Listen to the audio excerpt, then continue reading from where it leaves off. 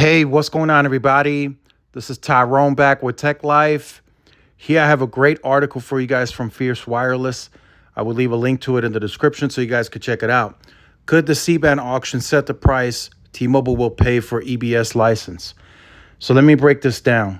This is going to get very interesting because a lot of people, a lot of analysts, a lot of big investors were kind of shied away from Verizon when they found out that Verizon was going to spend 50 plus $billion on a single spectrum band.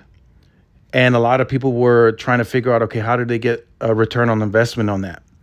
Well, T-Mobile looked more attractive because they spent less for large spectrum prices. Spectrum licenses. But now if you start adding it all up, especially with this EBS mess, you will start to see T-Mobile inch closer to that $50 billion mark. So the $26 billion that I'm referencing, that's what T-Mobile spent on the Sprint merger itself. Outside of that $26 billion, they had to spend an additional, they will end up spending an additional 50, 60 billion capex total to deploy that spectrum, right? That's new sites, upgrading existing sites, and that's just the capital intensity needed to deploy that essential 2.5 spectrum they got from Sprint in that $26 billion merger. That's what they paid. Outside of that $26 billion, they spent several more billion buying up C-band and DoD licenses.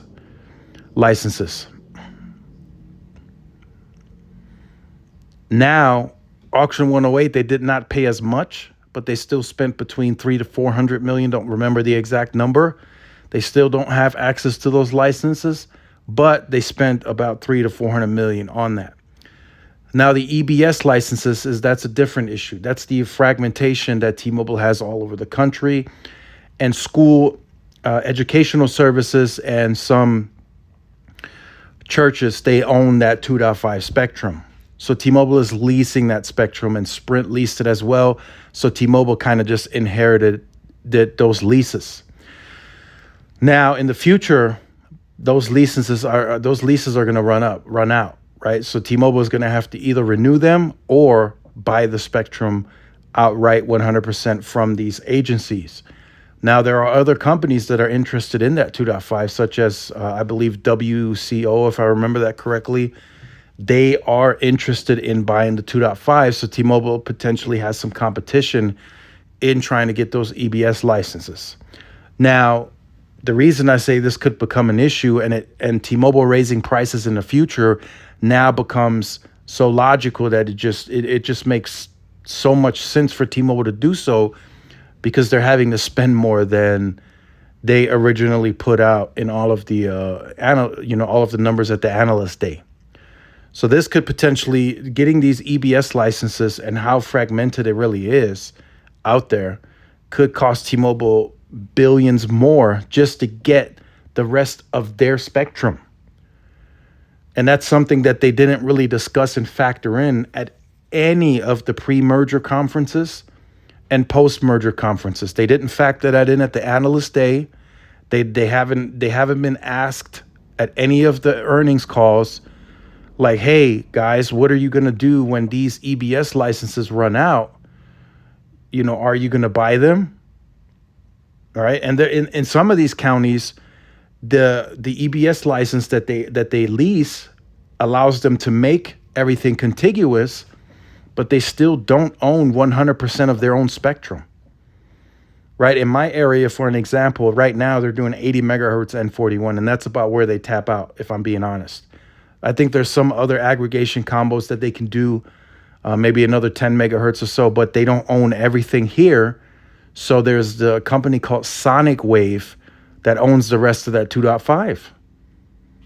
So T-Mobile is strapped on N41. So in my estimation, if I don't see them aggressively deploying C-band and DoD in the coming year, they're gonna get congested. And I don't mean congested to unusable territory. I just mean they're going to slow down. They're going to congest the network. They're going to slow down significantly. They're selling. I have a local person that I speak with. They're selling fixed wireless access like they have 200 megahertz of N41 on air. They're only running 80, and these neighborhoods are starting to slow down. They're starting to the pings are starting to spike. So you got to factor that all in. So I just wanted to discuss that with you guys this morning. Potential price increases could come from this from T-Mobile. Even just for new customers on fixed wireless access, that could be a price increase. I don't know if they touch grandfather plans. I think they might include some other fees, maybe bring back taxes and fees. But for now, that is a very strong possibility that they could raise pricing to make back money on these types of purchases. Right? Eventually, as they buy more spectrum, they're going to inch closer to that, $50 billion mark. And eventually, Verizon is going to come out ahead, in my opinion, because right now Verizon is deploying all their C-band, and they're doing a one-touch. They're adding CBRS where it makes sense, and they don't have to go back to deploy DoD because they didn't buy any. They don't have to go back and deploy a new radio that can do dual band. They don't have to do it. They go one shot, one kill, and they're done. In the future, if they buy more spectrum, good. If they have to do cell splits for a fourth sector, they'll do so. But right now, Verizon is doing a one-stop at the site. They deploy the C-band, and they're gone. That's it. The new radios are getting added, new panels if needed. They're doing all that. They don't have to go back. T-Mobile's going to have to climb again, and maybe more. Right? T-Mobile's going to have to deploy the dual band, C-band DoD. So they'll have to include that in the capital costs again starting next year. And then if they want to do the whole millimeter wave model based on the macro grid, they're going to have to touch the sites again. Verizon won't have to deal with that anymore. Will they have to touch sites again? Yes, some are going to go defective. Some radios are going to go bad.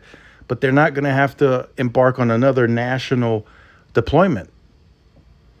At 200 million, it's considered national. T-Mobile has the DoD C-band across just about the 225 million pops. They're going to have to undergo another national deployment on touching sites. So let me know what you think about that in the comment section down below. Look forward to reading your guys' comments. Make sure you guys like, share, subscribe. I'll see y'all in the next one. Peace.